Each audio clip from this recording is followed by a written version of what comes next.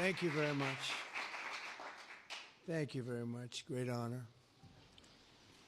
Today it's my privilege to welcome the Prime Minister of a very special place, the United Kingdom, to the White House. Prime Minister Starmer, you've been terrific in our discussions. You're a very tough negotiator, however. I'm not sure I like that, but that's okay.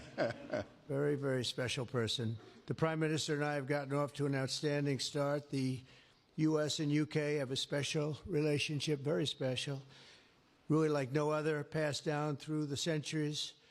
And we're going to keep it that way. We're going to keep it very strong as it is. Very importantly, I was just notified by letter from King Charles that he's extended through the Prime Minister a historic second state visit to the United Kingdom. And that's a great honor because it's never happened before. One person has never been extended that honor, and I really do call it an honor, but it's not for me, it's for our country. It's respect for our country. So I just want to thank you, and I want to thank King Charles. Thank you very much, and we accept. I don't know if the media is going to follow us. I have a feeling they might. Okay, thank you very much. Appreciate it. I'm pleased to say that the bust of one of the Prime Minister's greatest predecessors, Winston Churchill, is now back in the rightful place in the Oval Office, and we're very proud of it. Our meeting today and the various breakout sessions we had were tremendously productive. Most importantly, I provided the Prime Minister with an update on our efforts to end the bloody and horrible war in Ukraine with Russia, which would never have happened if I were president. That was not going to happen. I promise you that. After 3 years of hellacious conflict, approximately 1 million Ukrainians and Russians have been senselessly killed, but the number, I believe, is much higher than that. Countless schools, hospitals, towns, and beautiful ancient churches have been absolutely obliterated. To begin the process of ending this spiral of death, I had historic back-to-back calls with President Putin, very successful calls, I might add, and President Zelensky, and my team also spoke with the Secretary General of NATO on numerous occasions, and we're working very hard to get that war brought to an end. I think we've made a lot of progress, and I think it's moving along pretty rapidly. And I want to thank all of the people that are here that have been working on it. And we'll let you know what happens. It'll either be fairly soon or it won't be at all. In addition, this week I met with President Macron of France, as you know, and held talks with members of the G7. Tomorrow, the progress toward peace will continue when President Zelensky visits the White House. He'll be here tomorrow in the early part of the day, and we'll be signing a historic agreement that will make the United States a major partner in developing Ukraine's minerals and rare earths and oil and gases, and we have a great understanding. I think it's going to be great for Ukraine. We're going to be at the site, and we'll be digging. We'll be digging. Dig we must. A big utility in New York Con Edison, they used to have a sign, dig we must, and we will be digging.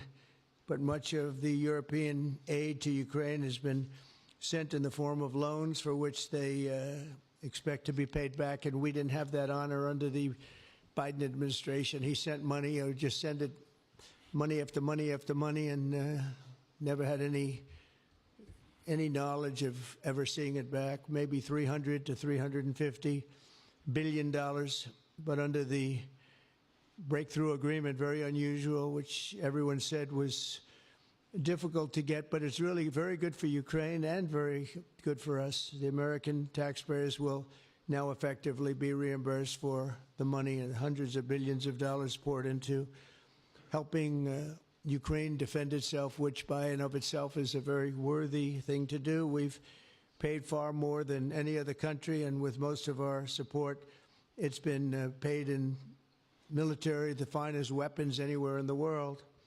This includes vast amounts of military hardware, ammunition, and various other things that we now have to start rebuilding our own stockpiles. Additionally, the minerals agreement will provide the basis for a more sustainable future relationship between the United States and Ukraine, and thus stimulate the long-term prosperity that will help the Ukrainians rebuild their country. It's been demolished, and the ruined infrastructure. The infrastructure, as you know, is in very bad shape. In just over 1 month, our administration has already achieved more progress toward peace than years in the other administration, where they did nothing toward peace. They didn't understand what was happening. Our approach is basically common sense. As I said, so many of the things that we do are based on common sense. If you want peace, you have to talk, both sides. As I discussed with Prime Minister Starmer, the next step we're making is toward a very achievable ceasefire. We hope that that can happen quickly, because thousands of young people, in this case, we're not talking about Americans, we're talking about Ukrainians and Russians are being killed every week, thousands. And it's a rough battlefield. It's a flat piece of land, and the bullet only stops when it hits somebody. And this week, I saw the reports, and it's I don't even want to say what they are, but thousands of people, young, vibrant people died. And we want to stop that. Senseless. Should have never happened. This will lay the groundwork for a long-term peace agreement that will return stability to Eastern Europe, and hopefully ensure that such a terrible war will never happen on European soil, or for that matter, anywhere again. It's a horrible thing that's going on. The disaster in Ukraine shows exactly why it's so important for the United Kingdom and other NATO partners to make large investments in their defense capabilities. In many cases, 4% or 5% of GDP would be appropriate. I know that they're raising it. I just read an article, a great article, about the work you're doing in the UK as to the military. You're raising it quite a bit, which is a great thing to do for your country. It's a great thing to do. It's sad that we need that, but probably need that. So congratulations on that. I know you got it through. After years of chronic underfunding, there's an urgent need to catch up for some countries. And I want to thank the Prime Minister once again for traveling here today. Working together, I believe that we'll once again demonstrate the power of our country's unique friendship. This is indeed a unique friendship. It's been many years, and I think it's only gotten stronger, and we will make sure that it stays that way. We're going to have a great trade agreement. One way or the other, we're going to end up with a very good trade agreement for both countries, and we're working on that as we speak. I think we'll have the confines. I think we'll have something maybe even in terms of possibilities agreed to very shortly. JD's working on it, Vice President, and Scott, and I'm just looking at this whole from Mike. You're going to work on it. Everyone's going to work on it. We'll see if we can do something pretty quickly, but we're going to make some great trade agreements with the UK and with the Prime Minister, and it'll happen very quickly. So I just want to thank you again, and please thank King Charles for the invite, and I look forward to you giving our acceptance on behalf of the United States of America. Thank you very much, sir.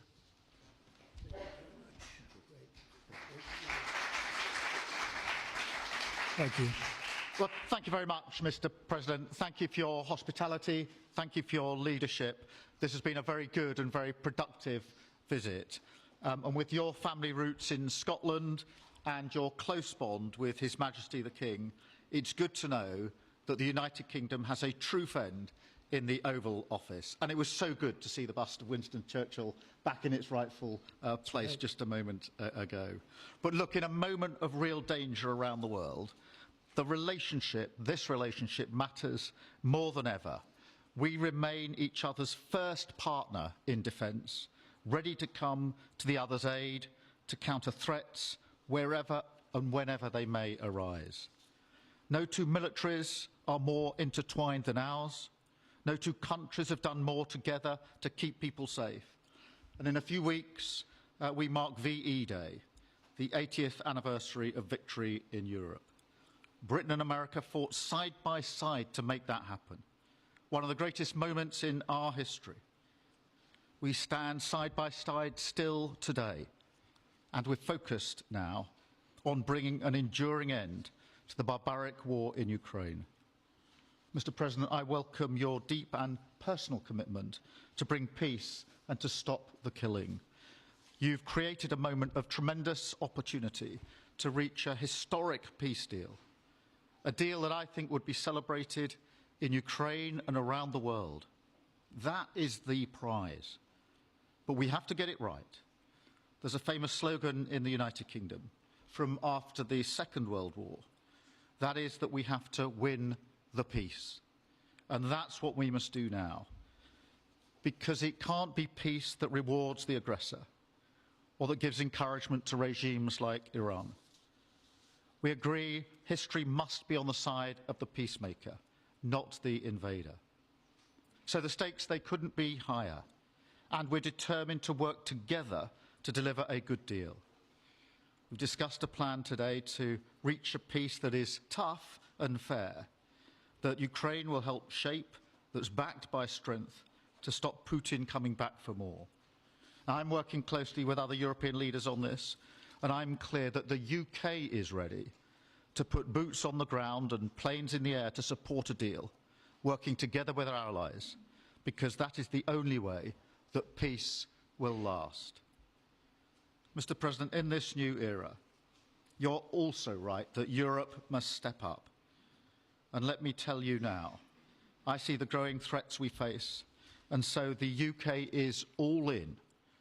This year we'll be giving more military aid to Ukraine than ever, and just this week I've set out how we're shouldering more of the security burden. We're already one of the biggest spenders in NATO, and now we're going much further, delivering Britain's biggest sustained increase in defence spending since the Cold War. This isn't just talk, it's action, rebalancing the transatlantic alliance, making us all stronger, and standing up for our shared values and shared security, as Britain always has. And Mr. President, it's no secret we're from different political traditions, but there's a lot that we have in common. We believe it's not taking part that counts. What counts is winning. If you don't win, you don't deliver. And we're determined to deliver for the working people of Britain and America, who want and deserve to see their lives improve. So we're both in a hurry to get things done, and that's what the UK and US do when we work together. We win and we get things done. So we'll do what it takes to keep our people safe. We'll also work together to deliver some big economic wins that can benefit us both. We have a $1.5 trillion invested in each other's economies, creating over 2.5 million jobs across both economies.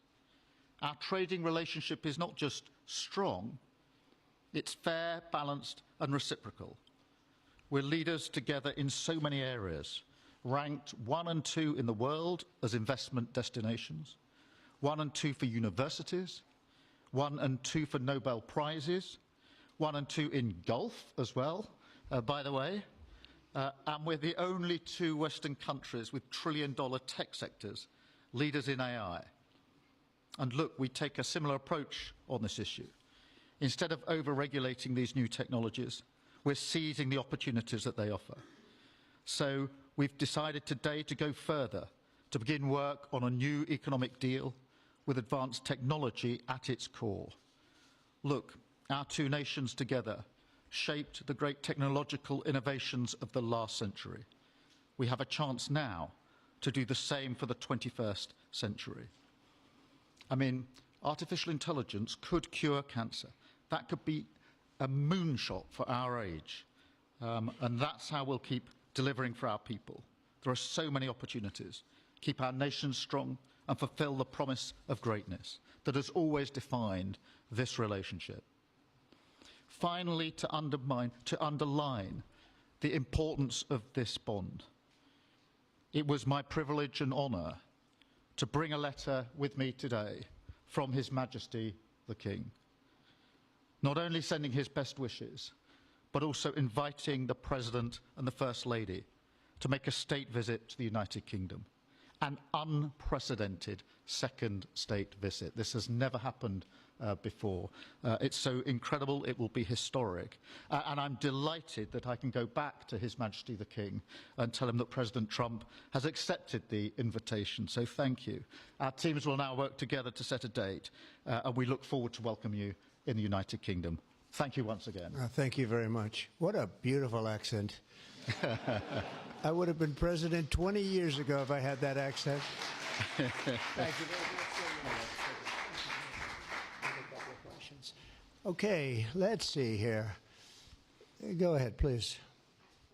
Thank you, Mr. President.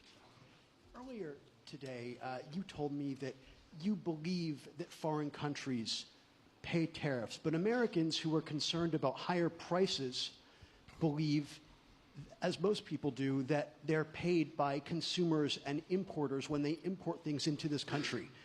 Can you explain how you came to this belief that foreign governments are paying tariffs? And for the Prime Minister, did you discuss with President Trump his repeated statements of desire to annex Canada? And has the King expressed any concern over the President's apparent desire to remove one of his realms from his control? So I'll go ahead. The first part, the tariffs are necessary because we've been treated very unfairly by many, many countries, including our friends, friend and foe. But we've been treated very unfairly in trade at levels that nobody's really ever seen before, and especially under the Biden administration, they really took advantage of the United States. I put massive tariffs on China during my 4 years. We had the best economy in the history of our country. Probably the best economy, maybe the best economy in the history of the world. And I used tariffs to even things up. And in particular with China, we took in hundreds of billions of dollars and we had no inflation. And it's a myth. It's a myth that's put out there by foreign countries that really don't like paying tariffs, and especially to even up. So we've been treated badly by a lot. We're using tariffs. And I find, and you just have to look at the numbers, but I find that it's not about inflation. It's about fairness. And the inflation for us has not existed. And I don't think it's going to exist. We're going to bring our car industry back. We're going to bring our chips back. We're going to bring so many things back to our country, including pharmaceuticals and drugs.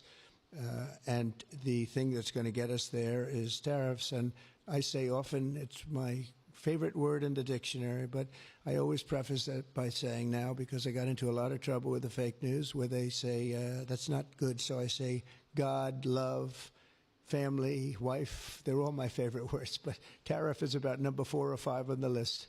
But I will tell you, it's going to make our country rich, and it's going to stop us from being a laughing stock all over the world, because we have been taken advantage of like no country has ever been taken advantage of. Thank you very much. And look, we had a really good discussion, a productive discussion, a good discussion, as a result of which our teams are now going to be working together on an economic deal. Our teams are going to be working together on security in Ukraine.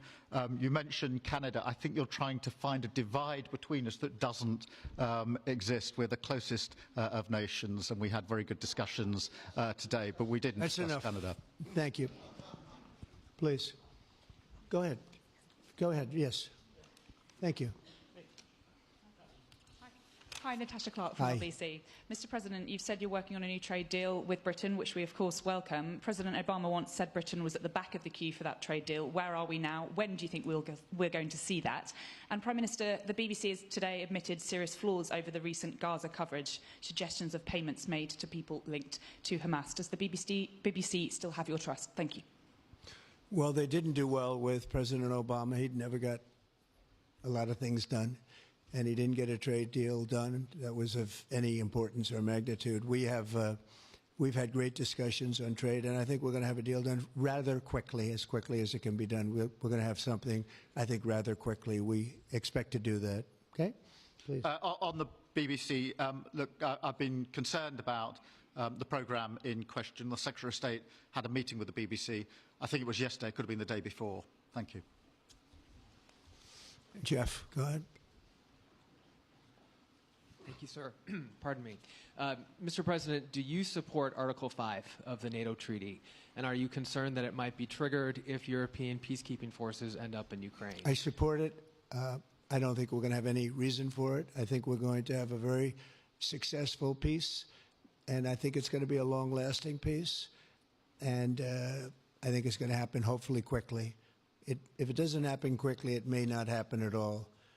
And we want it for two reasons. Number one, I want to see on a humane basis, I want to see soldiers stop getting shot, because largely it's soldiers now. Towns have been obliterated, but it's largely that. And I don't want to pay billions and billions and billions of dollars, nor does the Prime Minister or anybody else, on a senseless war that should have never happened. And we're going to get it taken care of. But I think it's going to be a peace that's going to be long-lasting. Do you have a question for the Prime Minister?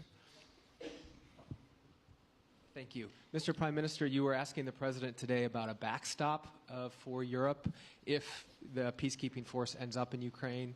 Did you feel like you got a satisfying answer for yourself and for Europe? And Mr. President, if you want to comment on that as well, please do. I thought we had a very productive discussion. Obviously, as the President says, the deal has to come first. But yes, our teams are going to be talking about how we make sure that deal sticks, is lasting and enforced. So our teams will be talking about that. Okay. Please, Blue. Mr. President, some experts think it could take more than a decade to mine the precious minerals from Ukraine. How much should the U.S. expect to receive, and when do you expect to see that come to fruition? Well, we're never going to know that answer, but by our being in Ukraine and doing the exploration and also the digging and taking the rare earth, which we need in our country very badly, we'll be doing a substantial amount of work, probably about at least what we have in there, and we hope to be able to do that. You never know when it comes to that. You know, you dig and maybe things aren't there like you think they're there, but we'll be spending a lot of time there. It'll be great for Ukraine. It's like a huge economic development project, so it'll be good for both countries. Okay? Please. Prime Minister, excuse me, Prime Minister, you've talked about putting British soldiers' boots on the ground in Ukraine in the event that President Trump succeeds with his peace deal. But can you do that without a firm assurance that America will have our back in the form of some kind of security guarantee were Putin to breach that agreement? And, Mr. President, tomorrow you're seeing President Zelensky to sign this deal on minerals and energy that could be hugely important to the United States. Will you take the opportunity to apologize to him for calling him a dictator while praising Vladimir Putin, who is a dictator? Well, Robert, let me start by saying I've been really clear today and previously that I think that European countries, including the United Kingdom, need to step up in our own defence and security. We've been doing that in recent days. You saw the announcement we made on spending just the other day.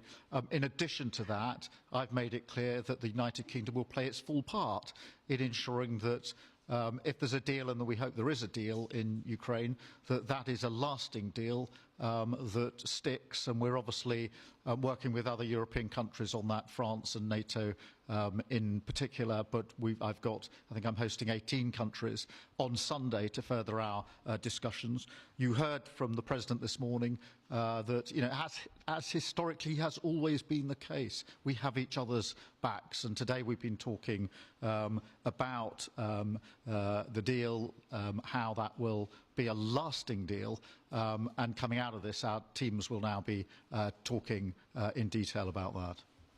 And I think we're going to have a very good meeting tomorrow, 11 o'clock, and I think we're going to have a very good meeting tomorrow morning. We're going to get along really well, okay? We have a lot of respect. I have a lot of respect for them. We've given them a lot of equipment and a lot of money, but they have fought very bravely, no matter how you figure it. They have really fought. Somebody has to use that equipment, and they have been very brave in that sense. Yeah, please, go ahead. ceasefire deal is nearing an end this Saturday, and there's been some worry that Phase 2 might never get there. Do you believe that Phase 2 of the ceasefire in Gaza will come to fruition? And have you spoken to Netanyahu about it? And for the Prime Minister, this peacekeeping deal has been pushed forward by the UK and France as well. Have you been in discussions with any other European countries to join this initiative? And are you expecting Commonwealth countries to also join the effort? Thank you. So we're working very hard in the Middle East and Gaza and all of the problems, and it's been going on for years and years and centuries and centuries. It's a tough neighborhood, but it could be a very beautiful neighborhood, and I think we're going to come up with some pretty good solutions. But Phase 1 is almost complete. We've had some people that have been very seriously injured, very seriously hurt, both physically and mentally. They've come out of there very, some of them in very, very bad shape. It's shocking. Many young people aren't in bad shape. Young people are strong, healthy. They don't die. People have come out dead, young people and old people. It's a rough situation, but I think we're going to make it much better, and I think that we've had a huge impact on that since we've been in just the 4 weeks. I think we've had a huge impact on Gaza, the Middle East, and we have some pretty good talks going on concerning lots of other people that are going to make it better. So we'll see what happens. Nobody really knows, but we'll see what happens. But I think we've had a very positive impact. Prime Minister? Yeah, on the question of the European countries, yes, I've spoken to a number of countries, particularly in the last few weeks. We had a meeting in Paris last week. I've got a meeting on Sunday with 18 countries to further our discussions. Obviously, we've been talking quite intensely to our French colleagues and to NATO, but to other countries as well, because, as I say, I think it's important for European countries, including the United Kingdom, to step up and do more in the defence and security of Europe and our continent and the United Kingdom, and we'll do so. Well, we're talking to a number of other countries. Thank you. Yes, in the red, please. Pink red, flaming red. Is it me or her? Go ahead. Okay, thank you, Mr. President. A question on Ukraine. Number one is, if you're not considering the security guarantees, are you open to other forms of, for example, intelligence cooperation with Ukraine? And Mr. Prime Minister, President Trump has proposed a plan for Gaza. Does this fit into the two-state solution that the UK held for a long time? Do you see it fit into your general Middle Eastern strategy? Thank you so much. Yeah, thank you very much. We're open to many things, but before I even think about that, that's almost pleasant to think about because that would mean that peace has been arrived at. We have to arrive at that peace. And, you know, you went 3.5 years with an administration that never even really had a meeting. They didn't have a meeting on peace. And there was no prospect of peace. I think, frankly, Russia wanted to go through the whole long deal. I don't think they do anymore. I don't think they do. We had a very big impact on that whole situation. But I don't like talking about Phase 2 until I get Phase 1. Phase 1 is I have to make peace. And we have to get Russia to agree. We have to get Ukraine to agree. And I think we will, I think we've come a long way. I believe we're going to get it done. I wouldn't say that if I didn't think so. And I think it will be very important, very historic, and we're going to save a lot of lives.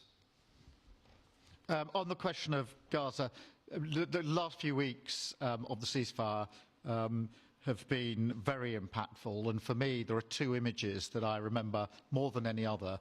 The first is Emily Damari, who is British, being reunited with her mother. You may remember she had her fingers missing after what she endured.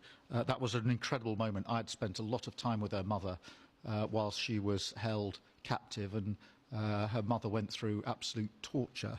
The other image was thousands of Palestinians marching through rubble, trying to return to their communities and their homes. So we have to do everything we can to ensure that the ceasefire continues, so that more hostages can be returned, so that aid can be brought in that's desperately needed.